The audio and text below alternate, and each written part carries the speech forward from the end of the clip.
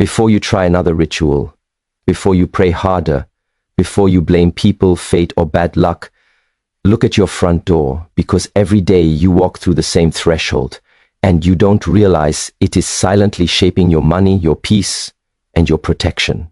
A neglected entrance invites confusion. A disrespected doorway invites struggle, and many people unknowingly open their homes to negative forces. While wondering why abundance never stays, today you will learn the signs, and more importantly, how to close what should never have been open. Fix the door, and life begins to change. Most people believe their front door is just wood, metal, a handle, maybe a lock, something you open and close without thought. But the truth is, every time you step across that threshold, something deeper is happening. The front door is not decoration. It is a decision point. It is the mouth of your home, and whatever passes through it feeds your life every single day. Think about it carefully. Air enters through it, sound enters through it, people enter through it. And with them come emotions, intentions, problems, opportunities, and energy. If you allow just anything to pass through without awareness, then you should not be surprised when your life feels scattered, when money comes but never stays, when peace knocks but does not enter. A disciplined mind understands one thing: thresholds matter. In ancient cultures, in temples, in dojos, in sacred spaces, the entrance was always treated with respect. Shoes were removed, heads were bowed, breath was slowed. Why? Because crossing a threshold is a reset. It tells the mind, I am leaving one state and entering another. When your front door is ignored, rushed, cluttered, or treated casually, your nervous system never truly resets. You carry the chaos of the outside world straight into your home and eventually into your finances, your relationships, your sleep. Wealth does not flow into disorder. It never has. Prosperity looks for structure, clarity, and containment. If your entrance is cracked, dirty, blocked, or chaotic, it sends a silent message: nothing is being guarded here. And when nothing is guarded, everything leaks. Money leaks, energy leaks, focus leaks. This is not superstition, this is awareness. Look at how you enter your home. Do you slam the door? Do you rush in while your mind is still arguing with the world? Do you step over clutter without noticing it? Each of these actions trains your subconscious to accept disorder as normal. And what the mind accepts, life repeats. When the front door is treated as a threshold, everything changes. You slow down. You become present. You enter with intention instead of exhaustion. Even one conscious breath before crossing that line begins to retrain your system. It tells your body, I am safe now. And when the body feels safe, it stops operating in survival mode. Survival mode repels abundance. Stability attracts it. Dark influence does not enter because it is powerful. It enters because no one is paying attention. Neglect is an open invitation. Awareness is a closed gate. When you honor the entrance, you strengthen your authority over your own space. You are no longer reacting to life. You are choosing what is allowed to enter. Now look closer at the entrance itself, not with judgment, but with honesty. A broken lock, a loose handle, peeling paint, a door that creaks or struggles to close. These things seem small, but the mind does not treat them as small. Every time you touch something damaged and ignore it, your nervous system records a message: this is acceptable. And whatever you repeatedly accept begins to define the quality of your life. Disorder at the entrance is not neutral. It is a signal to your subconscious and a signal to life. When the door is dirty, when dust gathers on the handle, when shoes are scattered without intention, it tells the world there is no boundary here. And where there is no boundary, pressure enters, stress enters, financial instability enters. People often ask why they feel tired even at home, why rest does not feel restorative anymore. The answer is often simple: the home never fully closes. A damaged entrance keeps the mind slightly alert, slightly guarded, even when you are trying to relax. And a mind that cannot fully relax cannot fully create. Wealth requires clarity. Clarity requires rest. Think about the lock on your door. A lock is not just metal, it is psychological. When it works smoothly, your body trusts the space. When it is broken, stiff, or unreliable, your body never fully lets go. This constant low-level tension slowly drains energy, motivation, and confidence. Over time, this is reflected in how you handle money decisions and opportunities. Cleanliness is not about appearance, it is about respect. A clean entrance tells the mind, this space matters, and when your space matters, you matter. Prosperity responds to self-respect, not wishful thinking. You cannot affirm abundance while tolerating neglect. The two cannot live together. Notice also what you place near the door.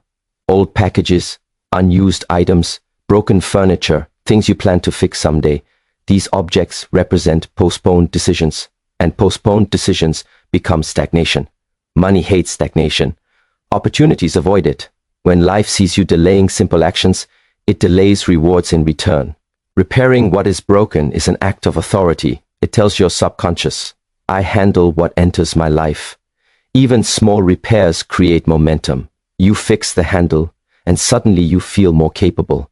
You clean the entrance, and suddenly your thoughts feel lighter. This is not coincidence. Order outside trains order inside. Negative influence does not need darkness to enter. It only needs indifference. When you allow neglect, you create openings without realizing it.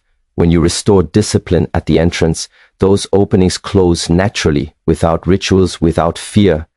Fix what is broken, clean what is neglected, and you will notice something immediate. Life stops pushing as hard against you. Now understand this clearly. Nothing placed at your entrance is neutral. Every object carries memory, intention, and emotional weight. Your front door becomes a collection point for these energies, whether you are aware of it or not. Many people try to protect their homes by hanging symbols, charms, or objects given to them out of fear rather than clarity. And fear-based protection weakens a space instead of strengthening it.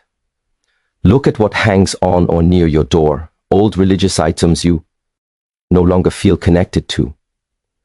Talismans placed because someone said you should. Broken symbols, cracked frames, faded images.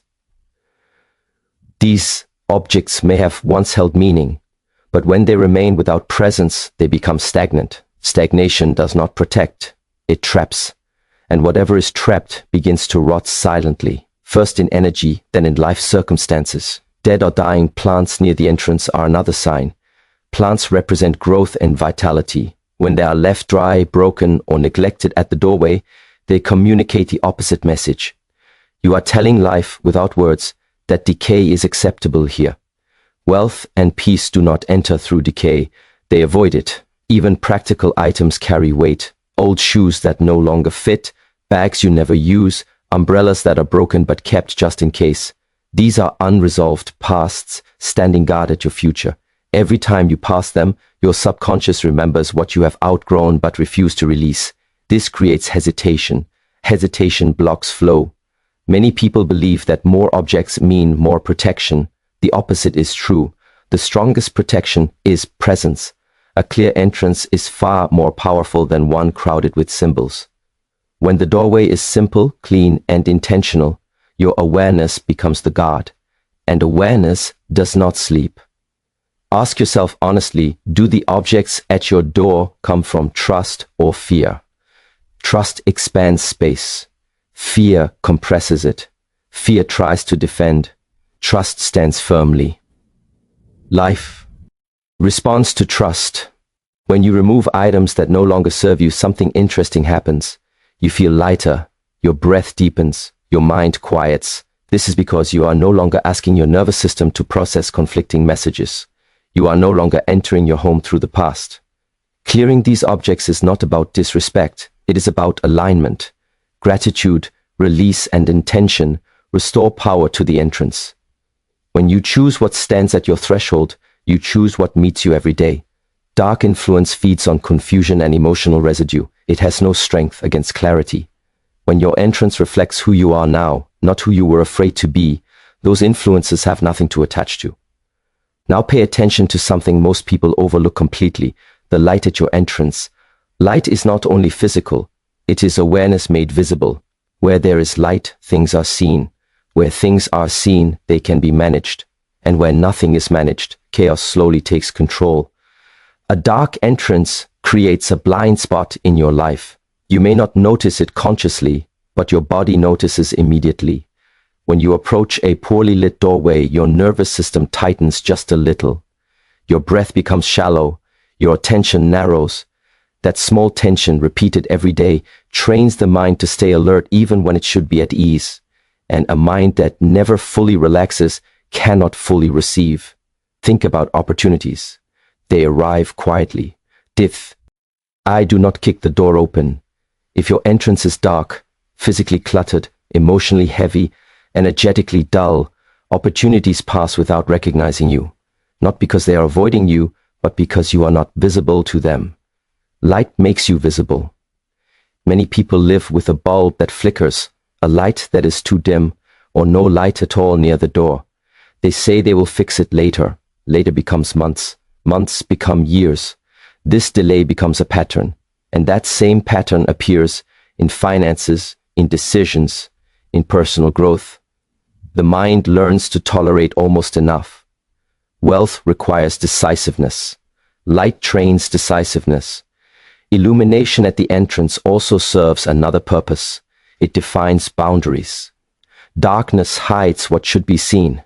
Light exposes what does not belong. When your doorway is well lit, confusion has nowhere to hide. Fear cannot linger comfortably. Negative intention does not feel welcome. It is not resisted, it simply leaves. This is why ancient places of learning and discipline always emphasized fire, lamps, candles at entrances. Not as superstition, but as a reminder. Enter consciously, see clearly, leave blindness behind. But do not misunderstand. Too much harsh light can also create discomfort. This is not about aggression. It is about balance. A warm, steady light tells the body, you are safe, you are aware. It invites calm without inviting laziness. Calm is fertile ground. Laziness is not. Notice how you feel when you arrive home. At night. Do you hesitate before unlocking the door? Do you fumble with keys? Do you feel rushed to get inside? These reactions are messages. They tell you the entrance is not supporting you. When the doorway welcomes you with clarity, your body relaxes before you even step inside, and that relaxation sets the tone for your entire evening, your sleep, your next morning. Light at the entrance also reflects how clearly you are living your life. When things are unclear inside, they often become dim outside.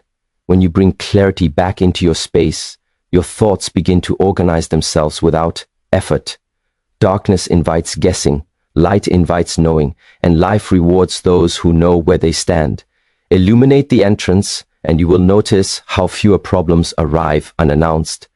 Now observe what happens immediately after you step inside. The first few steps beyond the door shape your inner state more than you realize. The body is constantly reading the environment for signals of safety or threat, ease or resistance. If the space you step into is narrow, blocked, cluttered or chaotic, your nervous system does not settle. It stays slightly tense, slightly guarded, even though you are home. This is why some people feel restless without knowing why. The mind wants peace, but the body never receives the signal to stand down. When the path inward is obstructed, the subconscious interprets it as struggle.